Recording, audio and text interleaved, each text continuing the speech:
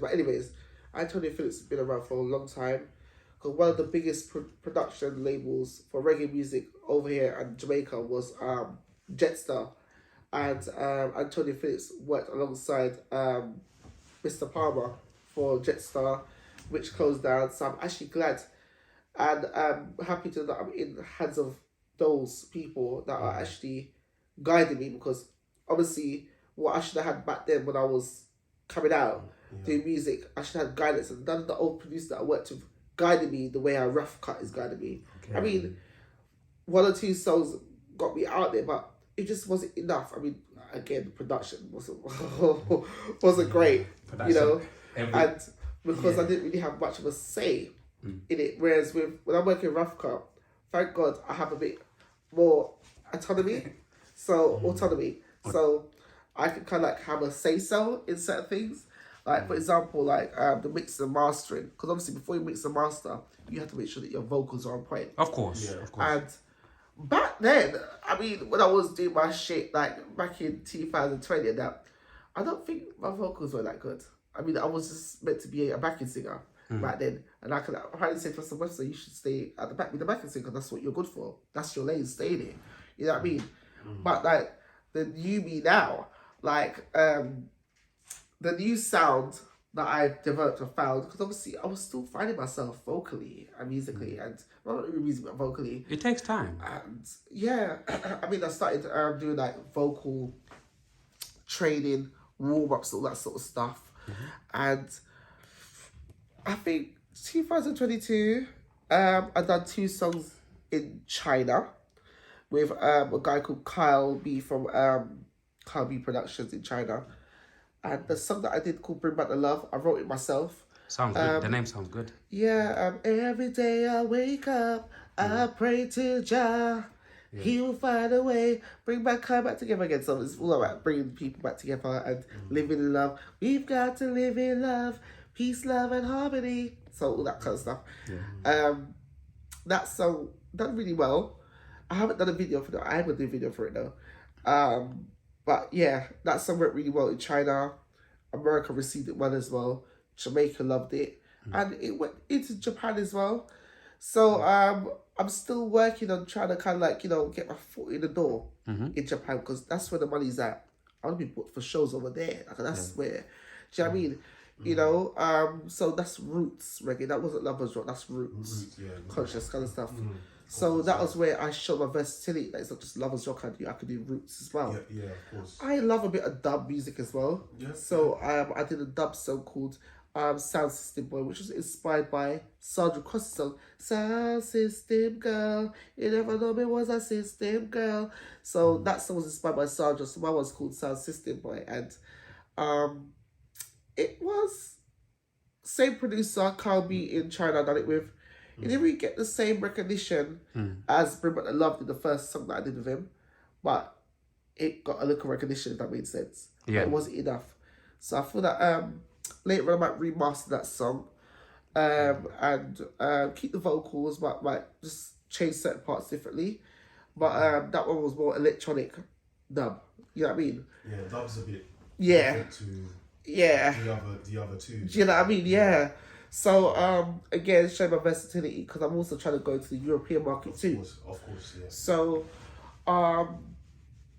then obviously I done an Afrobeat song with my friend Kingsley. I promoted the song, but we never really performed it together. Why not? Why not? I don't know. Why did we and Kingsley perform that song? I don't know. Yo, Kingsley, why didn't you guys perform the song? Like 2024, like this year, what are your plans for your music in terms of like releasing? And also, it's a 2-part question. What are your plans for 2024? And also, where could people go to find all of your music? Where's the best place for people to go to find all of your music? To check you out. To check out the tunes. Out. Come on, check out the tunes. YouTube. Yeah. You can go on my website, www.websterjamesletter.com. Also, Rough Cut Band Records, my label that I work with at the moment as well. I've got 2 songs out there because the latest 2 songs I did with them, Crazy for You Loving, Crazy for You Loving, You Are the One for Me. So that song was done by Raf Cart, produced by him, written by him. Backing vocals was done by Richie Davis. And he also mentored me and coached me into singing the song in the right way. He showed me in key, in tune, and the pitching was right. Because sometimes I do struggle with my pitching sometimes. And so yeah, Richie made sure that shit, it was a bit of a tough love situation with that. Sometimes a little bit of tough love is needed. I mean, Richie's very like, there's some artists that will probably cry and run away, but no, I actually love that because I'm not like, he pushed me. Yeah, exactly. Like vocally, I hit some fucking notes in that studio that I never knew that I could hit. Big him up. Fair and feel that I'm not good enough because people made me feel that I wasn't good enough back in the day, and I still had that in my head. So Richie Davis brought that out of me. Thank you. Big him up, man. Richard Davis, yeah? Yeah, Richie Davis. He's another big artist. Big him up, man. Local as well. Richie Davis. Yeah. Yeah, he's worked with King Jammies in Jamaica.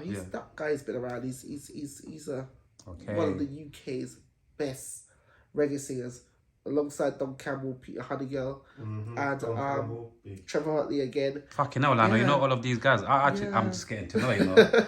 You see? You know all of them, Lionel, yeah? Legends right there. Most of them, yeah? But remember I told you, like, my brother, like, Yeah. his family, Yeah. bunch of singers, so, Yeah. So what should the people what could the people expect for this year? So are you gonna as I release said, any new music? For now, I'm not looking to release anything right now. But I'm not saying I'm not going to, but I'm not trying to do that right now. But obviously, if I decide to work with another label to do a one-off single, because when you work with labels, they like to do a single first before they move on to projects. Yeah. You know, I've got a few requests, but at the moment I'm focused on marketing my songs right now because I'm managing myself. I haven't managed it, so it's like I'm doing everything by myself. So I kind of ask that you all bear with me because I am working. You know, but also I've got my 9 to 5 job as well. Yeah. So which I've got to pay more attention to that because I do need the money to, you know, pay for the resources to give you people things to listen to, and also, you know, and the visual side of things costs money, and I'm doing it by myself. My latest release came out Valentine's Day. It's called My Love Is King. The song actually originally called Your Love Is King, originally written by Sade. But I covered it in reggae, produced by Raf Cut again. And you will hear like I've done all the arrangements, the backing vocals are all me as well. And that song's doing really well right now. I'm still promoting it because it only just came out the other day, so I still need to push it. Yeah. The song before that was a Snoop Dogg song I decided to cover in reggae. It was a hip hop song called Sexual Seduction. Jamaicans love Snoop Dogg, you know. I'm gonna say yeah. Yeah, but I covered it in reggae. I'll let you guys hear it after, but I covered it in reggae, and the public received it very well. I never really performed it though because Jamaicans love Snoop Dogg. I feel that it's a bit sexual, and I don't want to really want to kind of like, you know, come on stage. I don't really want to, you know. But I mean, yeah, because some of my songs, my old songs were predominantly about sex, but I didn't really go into depth because obviously, like, you know, the crowd that I'm. But I feel like even the noise that I made in the song that I sang Sexual Seduction, I've done all the backing vocals myself. Okay, so you really sexual, but because another artist called Kofi from Brown Sugar, she sang that song over. She sang Black Pride, all to see. So she covered that song with who produced it? Matthew Fluxy produced that one, and that was nice. But I didn't want to do mine like hers. But she inspired me to do it.